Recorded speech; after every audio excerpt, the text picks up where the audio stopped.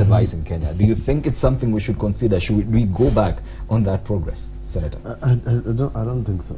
IMF is known to have given us advice on many things, and half the time it has not materialized. The thing is that, it's an excuse. It's an excuse. Banks have been making money and fleecing Kenyans. It's a fact, and we must accept. The economy is shrinking, banks are making money, they are declaring billions every day, and I don't think that's really the problem about the lending. In all over the world, in fact, if you look at developed countries, the sort of interest rates we are talking about in Kenya, even now, are still too high for an average Kenyan. Banking has been left to people like Kiari, who can afford, and Kaluma, and possibly myself. But otherwise, an ordinary Kenyan even now cannot afford the sort of interest rates we are talking about. But the lobby groups are very fond of doing these things. And you see, the banking sector has become a cartel. Central Bank has been unable to manage them. They're still going to make money.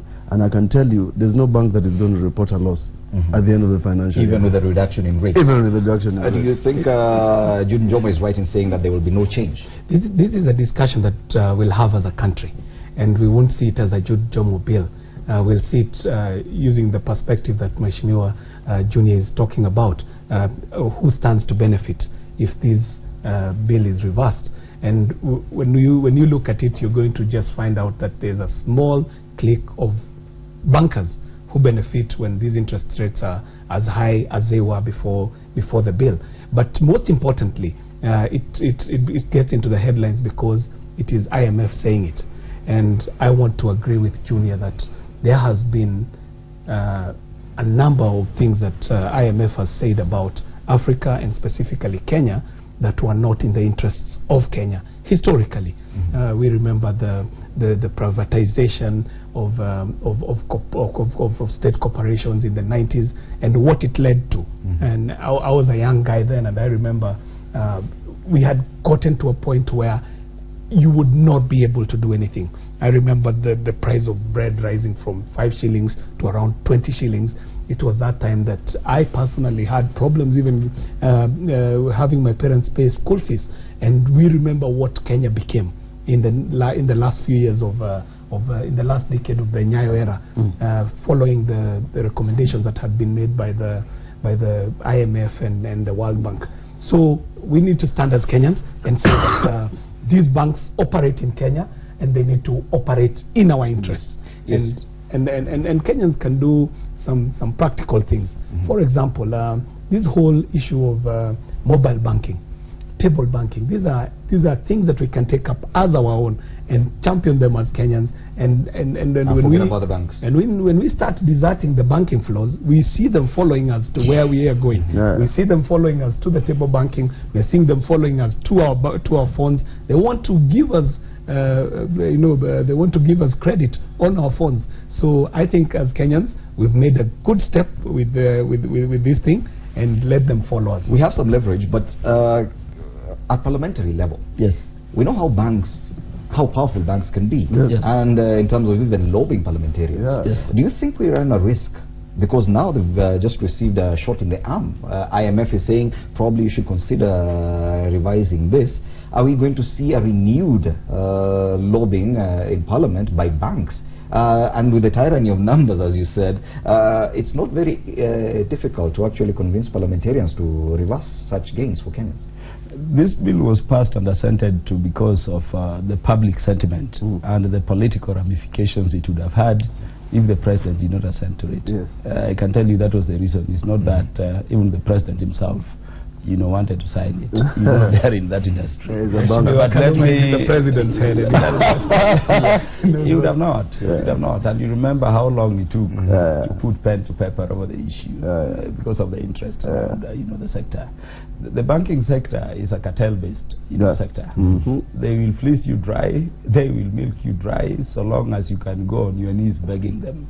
In fact, let me say that anybody imagining that because IMF has spoken, Parliament will start doing some things, is wasting time. If the banking industry wants to challenge, the interest rates capping their only, you know, avenue is to go to court and quash it. Now, let me say that this is not an initiative coming from June Jombo. I know of several attempts they made. You remember the first was Joe Donde. Yeah. It is the law firm in which I was that went to court on behalf of Kenya Bankers Association. They were 58, you know, banks, you know, forming the association then to quash or have the law declared, you know, unconstitutional. And let me shock you. The only issue we took to court is that, you know, the law was expressly, you know, operating from 1 year before it was passed. It was a what we technicality. call, yes, non-retroactive application of the law. And we thought that when we did, you know, highlight that to court and the court nullified it, then it would take Parliament or the Attorney General then to just take law to, you know, correct the commencement date. That did not happen. Why? Each year, a member of Parliament or the office of the Attorney General wanted to move it.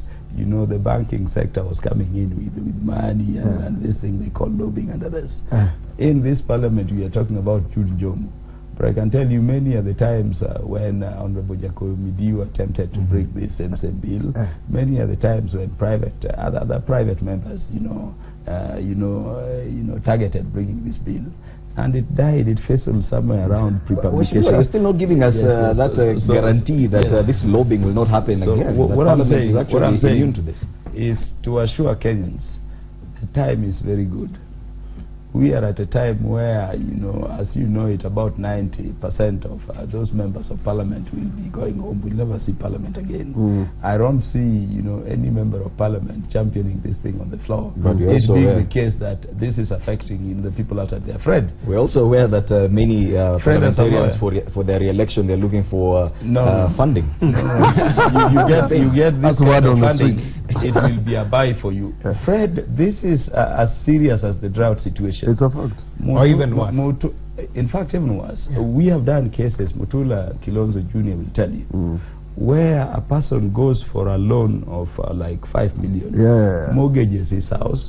By the time the bank is, you know, proceeding to sell the house for another balance, mainly on interest accumulation of over 20 million.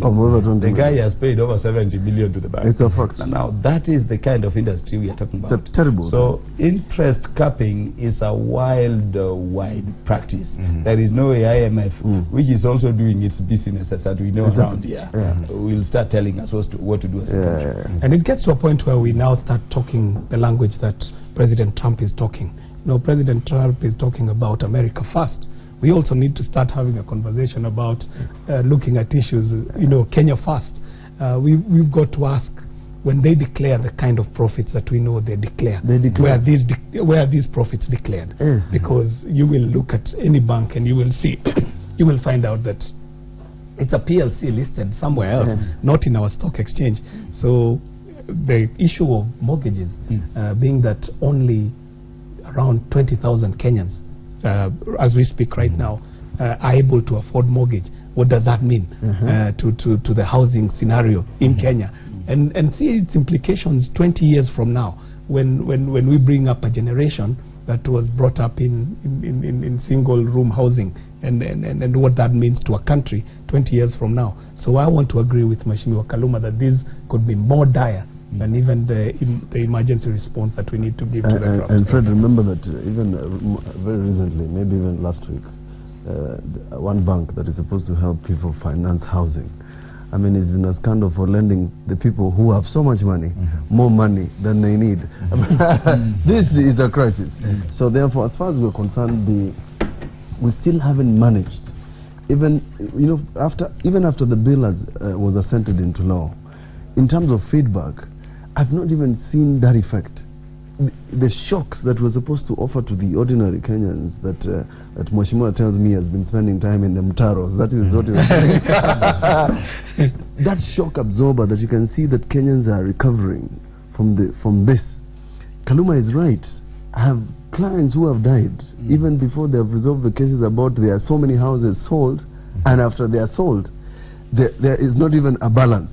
they still want to pursue them all the way to their grave. It's unbelievable, I'm telling you. So I don't agree at all. Time now for a break. Power Breakfast takes a short break. We'll be back to discuss a lot more, of course, including the politics, the voter registration drive, this exchange between the president and Raila Odinga, as well as other topics, because June Njomo, now that we've mentioned him, has another bill in Parliament and is hoping to make voter listing, is proposing to